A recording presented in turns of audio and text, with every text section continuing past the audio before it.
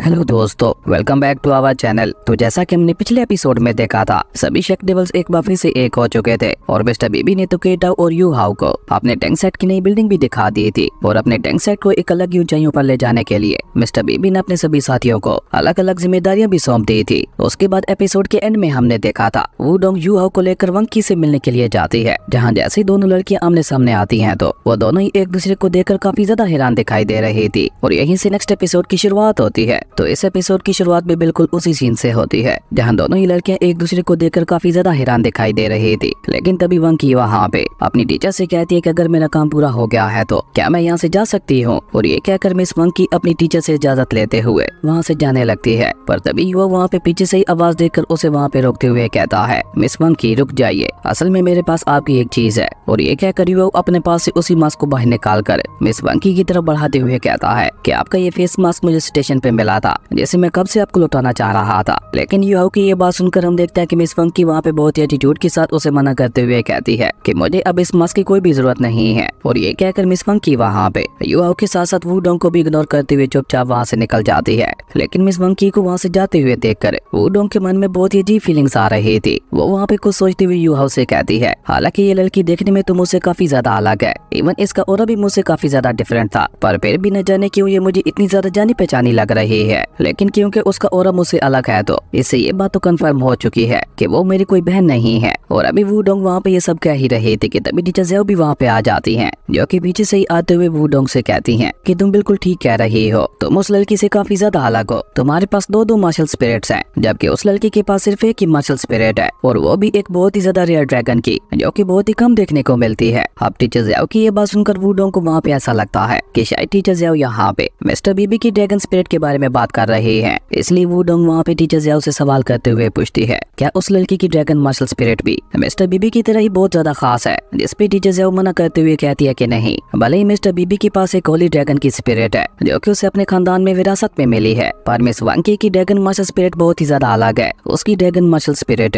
Pure dragon ancient blood line से belong करती है, और ऐसी कमाल की ड्रैगन मार्शल स्पिरिट आज तक मैंने अपनी लाइफ में कभी नहीं देखी। तभी तो मैंने बोला था कि उसकी ड्रैगन मार्शल स्पिरिट बहुत ही ज्यादा खास है। टीचर ज़ेओ की ये बात सुनकर तो यू हाउ भी वहाँ पे काफी ज्यादा हैरान हो गया था, और ये उसके लिए किसी बहुत बड़े झटके से कम नहीं था कि मिस वंकी की ड्रैगन मार्शल स्पिरिट एल्डर मू की ड्रैगन मार्शल स्पिरिट से भी ज्यादा ताकतवर होने वाली है, क्योंकि असल में एल्डर मू मिस्टर बीबी के ग्रैंडफादर थे, तो इसलिए मिस्टर बीबी को विरासत में ही ड्रैगन मार्शल स्पिरिट मिली थी, जो कि यू हाउ के हिसाब से सबसे ज्यादा पावरफुल मार्शल स्पिरिट थी। लेकिन आज यू हाउ की ये गलतफहमी भी दूर हो गई। लेकिन अभी भी यू हाउ के दिमाग में वहाँ पे एक सवाल चल रहा था कि अगर वू डोंग और मिस वंकी आपस में बहनें नहीं है तो फिर इन दोनों की शक्ल इतनी ज्यादा मिलती जुलती कैसे है? अगर इन दोनों को दूर से देखा जाए तो ये कोई भी नहीं बता पाएगा कि वू डोंग कौन है और वंकी कौन है, जबकि वू डोंग तो अभी तक भी वहाँ पे यू हाउ से यही कह रही थी कि मुझे तो इस लड़के के बारे में सोचकर ही बहुत ज्यादा अजीब फीलिंग आ रही है। वहीं टीचर ज़ेओ अपनी बात आगे बढ़ाते हुए कहती है कि असल में मैं भी उस लड़की के बारे में ज्यादा कुछ नहीं जानती। एक तो वो दूसरे स्कूल से आई है, और ऊपर से जब से वो यहाँ पे आई है वो हमेशा अपना मास्क ही पहन कर रखती है। आज तक मैंने उसे किसी के साथ भी बात करते हुए नहीं देखा, इसलिए कोई भी उसके बारे में ज्यादा नहीं जानता। लेकिन साथ ही साथ टीचर ज़ेओ ने अपने मन में ये भी इरादा कर लिया था कि वो इस लड़की वंकी के बारे में पता लगा के रहेगी कि आखिर ये लड़की है कौन और ये कहाँ से आई है, और इसका यहाँ पे इस तरह से अचानक आने का मकसद क्या है। और ये सोचते सोचते टीचर ज़ेओ को वहाँ पे एक आइडिया आता है, और वो जल्दी से वहाँ पे यू और वू डोंग से कहती हैं कि कुछ दिनों बाद हमारी inner academy soaring hunting competition के लिए अपने कुछ डिसेबल्स को फॉरेस्ट के अंदर भेजने वाली है, जिसमें वो लड़की वंकी भी जरूर जाएगी। तो इसलिए मैं चाहती हूँ कि तुम दोनों भी फॉरेस्ट के अंदर जाओ और जितना ज्यादा हो सके उस लड़की के बारे में पता लगाने की कोशिश करो कि आखिर वो लड़की है कौन और कहाँ से आई है। अब टीचर ज़ेओ की ये बात सुनकर तो वो दोनों भी वहाँ पे इसके लिए खुशी खुशी मान जाते हैं, क्योंकि असल में तो वो दोनों भी इस सब के बारे में जानना चाहते थे। उसके बाद सीन चेंज होता है और हमें अगले दिन का सीन दिखाया जाता है, जहाँ आज इनर अकेडमी के कुछ डिसेबल्स सोल हंटिंग कंपटीशन के लिए जाने वाले थे, जिसमें वंकी के साथ साथ यू हाउ और वू डोंग ने भी अपना नाम दे दिया था। लेकिन आज सबसे अजीब बात तो ये थी कि वू डोंग ने भी वहाँ पे वंकी की तरह एक फेस मास्क पहना हुआ था, और जब यू हाउ वू डोंग से इस बारे में पूछता है तो वू डोंग उसे जवाब देते हुए बताती है कि मिस वंकी और मेरी शक्ल बहुत ही ज्यादा मिलती जुलती है, जिसके चलते मैं नहीं चाहती कि कोई हम दोनों को हम शक्ल समझे, इसलिए मैंने ये फेस मास्क लगा रखा है ताकि कोई भी मुझे देख ही ना सके, और जब कोई मुझे देखेगा ही नहीं तो वो मुझे मिस वंकी का हम शक्ल भी नहीं कहेगा। वू डोंग की ये सारी बात सुनकर हम देखते हैं कि यू हाउ भी वहाँ पे समझ जाता है कि वू डोंग को लोगों का उसे मिस वंकी के साथ कंपेयर करना बिल्कुल भी अच्छा नहीं लग रहा। इसलिए यू हाउ वहाँ पे बात बदलते हुए कहता है कि हमारे साथ एक चौथा डिसेबल भी तो जाने वाला था, और अभी यू हाउ वहाँ पे ये सब बोल ही रहा था कि तभी वहाँ पे राम एक बहुत ही कूल तरीके से एंट्री लेता है, जो कि आते साथ ही वहाँ पे वू डोंग और यू हाउ से कहता है, कहीं तुम लोग यहाँ पे मुझे याद तो नहीं कर रहे थे। और राम को वहाँ पे इस तरह से अपने सामने सही सलामत देखकर वुडोंग और यूहाओ दोनों ही वहाँ पे काफी ज्यादा खुश हो जाते हैं, क्योंकि आपको याद ही होगा कि पिछली बार उस इवल केव में जाने के बाद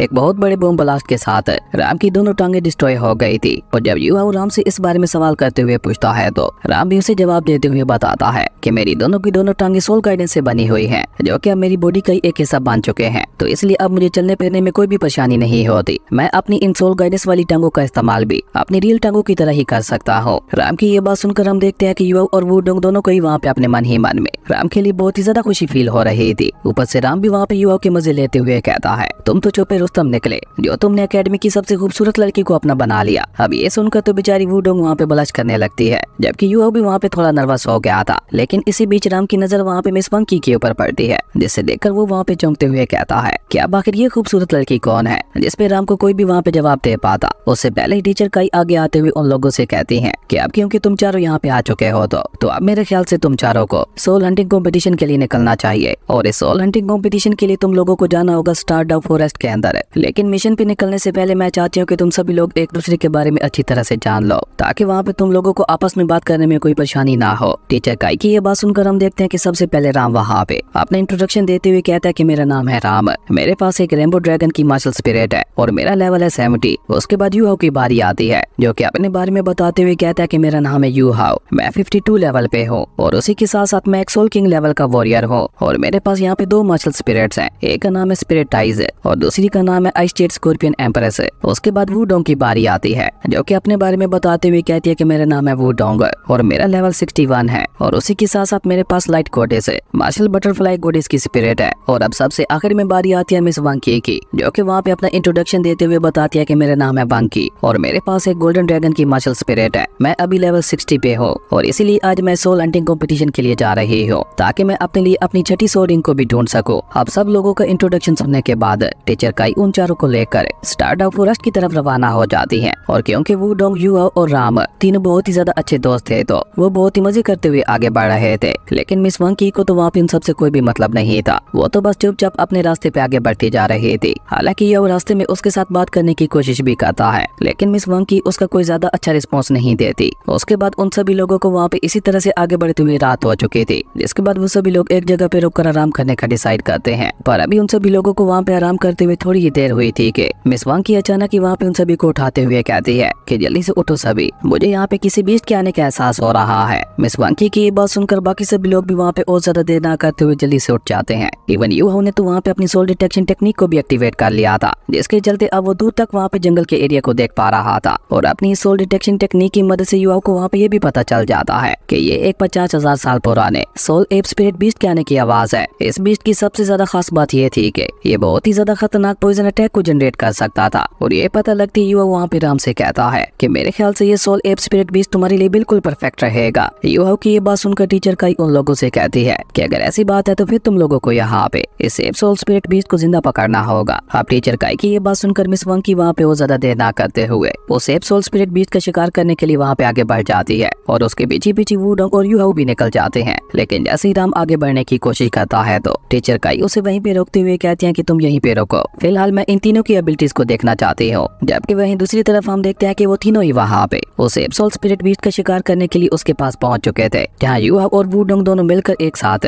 उस एप स्पिरिट बीस्ट के ऊपर अटैक करते हुए वहाँ पे उसके ऊपर भारी पड़ने लगते हैं, क्योंकि वो दोनों पहले भी काफी बार एक साथ मिलकर अपने दुश्मनों को हरा चुके थे। तो इसलिए यहाँ पे उन दोनों को एक साथ मिलकर फाइट करने में कोई भी परेशानी नहीं हो रही थी। और जब मिस वांकी ये देखती है तो वो तो वहाँ पे खुद को पीछे ही हटा लेती है। वो दूर से ही खड़ी होकर वहाँ पे इस फाइट का मजा उठाने लगी थी। लेकिन हालात तब चेंज हो जाते हैं जब वो एप सोल स्पिरिट बीस्ट अचानक ही वहाँ पे अपनी पॉइजनस गैस को रिलीज करना शुरू कर देता है। हालांकि यूहाओ वहाँ पे अपनी आइस एक्सट्रीम पावर का इस्तेमाल करते हुए जल्दी से सोल एप स्पिरिट बीस्ट को वहाँ पे जमा देता है। लेकिन जैसे ही वुडोंग वहाँ पे अपनी मार्शल स्पिरिट का सेकंड अटैक करने के लिए आगे बढ़ती है तो वो एप स्पिरिट बीस्ट अचानक ही वहाँ पे यूहाओ के अटैक को डिस्ट्रॉय करते हुए आजाद हो गया था। और उसी के साथ साथ उसने जल्दी से आगे बढ़ते हुए वहाँ पे वुडोंग के ऊपर अटैक भी कर दिया था। और ये सब वहाँ पे इतना जल्दी होता है कि यूहाओ के पास भी वहाँ पे वुडोंग को बचाने के लिए मौका नहीं था, इसलिए यूहाओ ने वहाँ पे दूर से ही उस एप स्पिरिट बीस्ट के माइंड के ऊपर अटैक कर दिया था, जिसके चलते अब वो एप स्पिरिट बीस्ट वहाँ पे बिल्कुल पागलों की तरह हरकतें करने लगा था। और उसी के साथ साथ वो एप सोल स्पिरिट बीस्ट वहाँ पे गुस्से से पागल होने लगा था, जो देखकर यूहाओ वहाँ पे वुडोंग से कहता है कि अब हम लोग यहाँ पे एप स्पिरिट बीस्ट का मुकाबला नहीं कर सकते, इसलिए पीछे हटो यहाँ से। और ये कहकर जैसे वो दोनों दोनों वहाँ से पीछे हटते हैं तो तभी वहाँ पे मिस वंकी की एंट्री होती है, जिसने आते साथ ही वहाँ पे उस एप सोल स्पिरिट बीस्ट के ऊपर अटैक करना शुरू कर दिया था। हालांकि वो एप स्पिरिट बीस्ट भी वंकी के अटैक को रोकने की कोशिश तो बहुत ज्यादा करता है, लेकिन मिस वंकी ने वहाँ पे अपने एक बहुत ही ज्यादा पावरफुल पंच के साथ उस एप स्पिरिट बीस्ट का खेल वहीं पे खत्म कर दिया था। और यहाँ पे मिस वंकी के इतने ज्यादा पावरफुल अटैक को देखकर हमें इतना तो पता चल ही जाता है कि मिस वंकी वाकई बहुत ज्यादा स्ट्रॉन्ग है, क्योंकि उसने एक 50,000 साल पुराने एप स्पिरिट बीस्ट को भी अपने सिर्फ एक ही अटैक में ढेर कर दिया था, जो देखकर तो राम के साथ साथ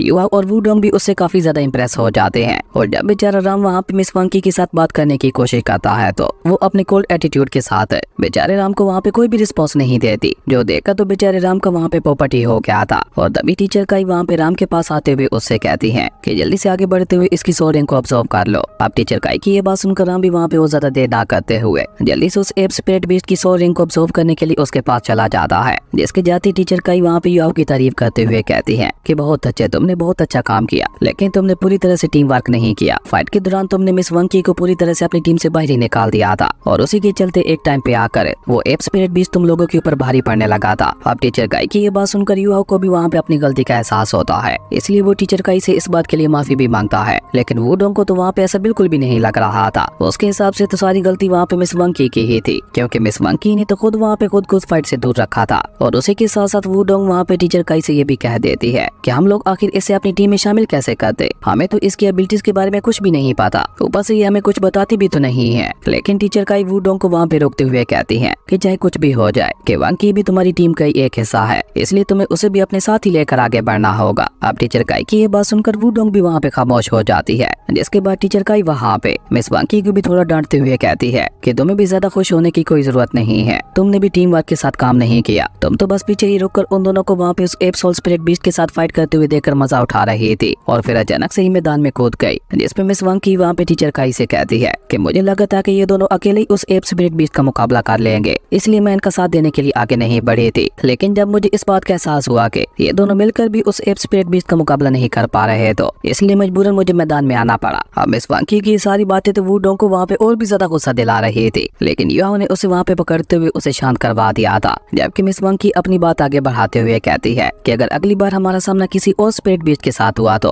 आप मुझे अकेले ही उसका मुकाबला करने के लिए आगे भेज दीजिएगा, क्योंकि मैं अकेले ही किसी का भी मुकाबला करने का दम रखती हूँ। अब ये सुनकर टीचर काई भी वहाँ पे थोड़ा गुस्से से उसे कहती है, तुम्हारी बातों से ये साफ साफ जाहिर हो रहा है कि तुम हमेशा से अकेले ही काम करते हुए आई हो, लेकिन अगर तुम्हें शर्क एकेडमी में टिके रहना है तो तुम्हें टीम वर्क के साथ काम करना सीखना ही होगा, वरना हमारी शर्क एकेडमी में तुम्हारे लिए कोई भी जगह नहीं है। अब फैसला तुम्हारे ऊपर है, तुम्हें शर्क एकेडमी में रुकते हुए टीम वर्क के साथ काम करना है या फिर शर्क एकेडमी को छोड़कर अकेले ही काम करना है। पर मिस वंकी को शर्क एकेडमी को छोड़कर नहीं जाना चाहती थी, इसलिए वो वहाँ पे जल्दी से टीचर काई से कहती है कि ओके ठीक है, आज के बाद मैं टीम वर्क के साथ ही काम करूंगी। और तब तक हम देखते हैं कि राम ने भी वहाँ पे उस एप स्पिरिट बीस्ट की सोल रिंग को ऑब्जर्व कर लिया था, जिसके बाद वो वहाँ पे अपने दोस्तों के पास आते हुए उनका शुक्रिया अदा भी करने लगा था, क्योंकि उन्हीं की वजह से ही तो उसे अपनी 7th सोल रिंग मिल पाई थी। और अब उन लोगों को वहाँ पे तलाश थी मिस वंकी की सोल रिंग के लिए, इसलिए वो सभी लोग स्टार डाउ फॉरेस्ट के और भी अंदर जाने का डिसाइड करते हैं। लेकिन पूरा एक दिन सफर करने के बाद भी उन लोगों को वहाँ पे कोई भी सूटेबल सोल बीस्ट नहीं मिलता, जिसके चलते वो रात वहीं पे गुजारने का डिसाइड करते हैं, क्योंकि रात को सफर करना उनके लिए खतरनाक हो सकता था। और आज रात की रखवाली के लिए टीचर काई ने मिस वंकी की ड्यूटी लगा दी थी। लेकिन वुडोंग को वहाँ पे ये बात बिल्कुल भी अच्छी नहीं लग रही थी, क्योंकि वो खुद युवाओं के साथ मिलकर वहाँ की रखवाली करना चाहती थी। लेकिन युवा उसे वहाँ पे समझाते हुए कहता है कि टीचर काई ने जरूर ये कुछ सोच समझ कर ही किया होगा। उसके बाद हमें रात का ही सीन दिखाया जाता है, जहाँ युवा भी मिस वंकी के पास आ गया था, और आते साथ ही उसने वहाँ पे अपनी सोल डिटेक्शन टेक्निक को भी मिस वंकी के साथ शेयर कर दिया था, जिसके चलते अब मिस वंकी भी वहाँ पे जंगल में दूर तक देख पा रही थी। और युवा की ऐसी कमाल की टेक्निक को देखकर मिस वंकी भी उसकी तारीफ करते हुए कहती है कि मानना पड़ेगा, तुम्हारी टेक्निक्स वाकई काफी ज्यादा कमाल की हैं। अब मिस वंकी की ये बात सुनकर युवा ने उसे वहाँ पे एक सूप बंद खाने के लिए दे देता है, जिसे मिस वंकी भी वहाँ पे खुशी खुशी एक्सेप्ट कर लेती है। जिसके बाद हम देखते हैं कि बातों ही बातों में युवा वहाँ पे मिस वंकी के बारे में पता लगाने की कोशिश करता है, लेकिन मिस वंकी ने तो उसे वहाँ पे कुछ भी बताने से मना कर दिया था। इसलिए युवा भी वहाँ पे इस बात को छोड़ते हुए कहता है कि छोड़ो, हमें फ्यूचर में इसके बारे में खुद ही पता चल जाएगा। इसी बीच वंकी वहाँ पे उस सॉफ्ट बंद को टेस्ट करती है,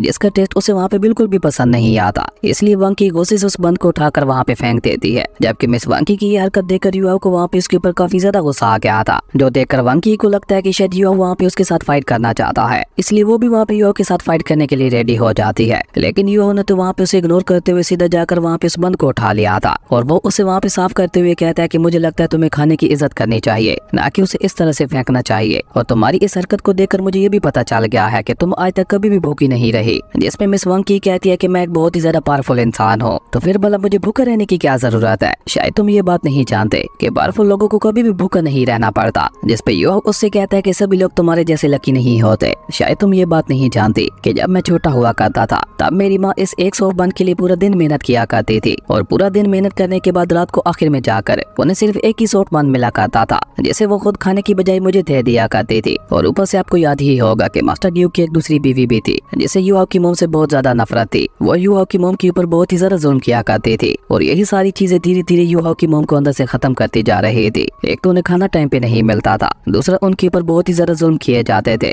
और तीसरा उन्हें आराम करने की बजाय उनसे बहुत ही ज्यादा काम करवाया जाता था। और इन्हीं सारी चीजों के चलते युवा की मोम आखिर में आकर बहुत ही ज्यादा बीमार हो गई, और इसी तरह देखते ही देखते युवा की मोम उसे इस दुनिया में अकेले ही छोड़कर चली गई। और ये सब याद करते हुए बेचारा युवा वहाँ पे काफी ज्यादा उदास हो गया था। वो वहाँ पे अपनी माँ को याद करते हुए कहता है, माँ काश आज आप जिंदा होती। आज मैं इतना ज्यादा पावरफुल बन चुका हूँ कि मेरे होते हुए आपको कभी भी भूखा नहीं रहना पड़ता। और इन्हीं सारी चीजों की वजह से युवा को ये सॉफ्ट बंद इतने ज्यादा पसंद थे। और मिस वंग की जिसने युवा की ये सारी बातें सुन ली थी, उसकी आंखों में भी वहाँ पे आंसू आ चुके थे। वो जल्दी से आगे बढ़कर युवा के हाथों से वो सॉफ्ट बंद लेते हुए खुद ही वहाँ पे खाने लगती है। मिस वंकी की इस रूप को देखकर युवा भी वहाँ पे थोड़ा हैरान रह जाता है, क्योंकि युवा को तो लगा था कि एक बहुत ही घमंडी किस्म की लड़की है। पर मिस वंकी की आज किस बिहेवियर को देखकर युवा वहाँ पे इतना तो समझ ही गया था कि मिस वंकी भले खुद को बाहर से बहुत ही ज्यादा घमंडी दिखाती है, लेकिन असल में वो दिल की बहुत ही ज्यादा अच्छी है। लेकिन अभी युवा वहाँ पे ये सब सोच ही रहा था कि तभी युवा को वहाँ पे अपनी सोल डिटेक्शन टेक्निक से पता चलता है कि उन लोगों को वहाँ पे चारों तरफ से कुछ बहुत ही ज्यादा खतरनाक स्पिरिट बीस्ट ने घेर लिया है। और इसी कमाल के सीन के साथ हमारी अमेजिंग एपिसोड यहीं पे खत्म हो गया था। दोस्तों, अगर आपको ये वीडियो अच्छी लगी तो लाइक कर दें, और अगर चैनल पे नए आए हो तो सब्सक्राइब करते जाना। तो मिलते हैं एक नई वीडियो में, तब तक के लिए बाय।